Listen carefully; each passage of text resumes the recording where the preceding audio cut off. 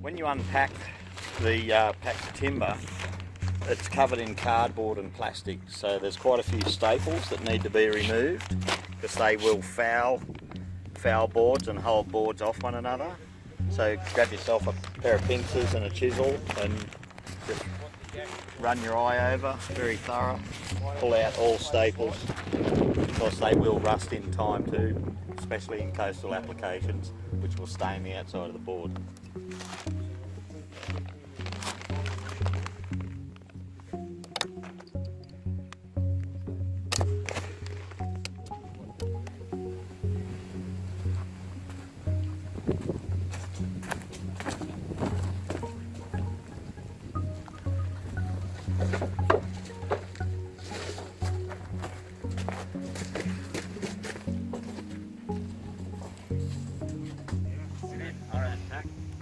Spin around. Yeah, we pick up here, it's easy.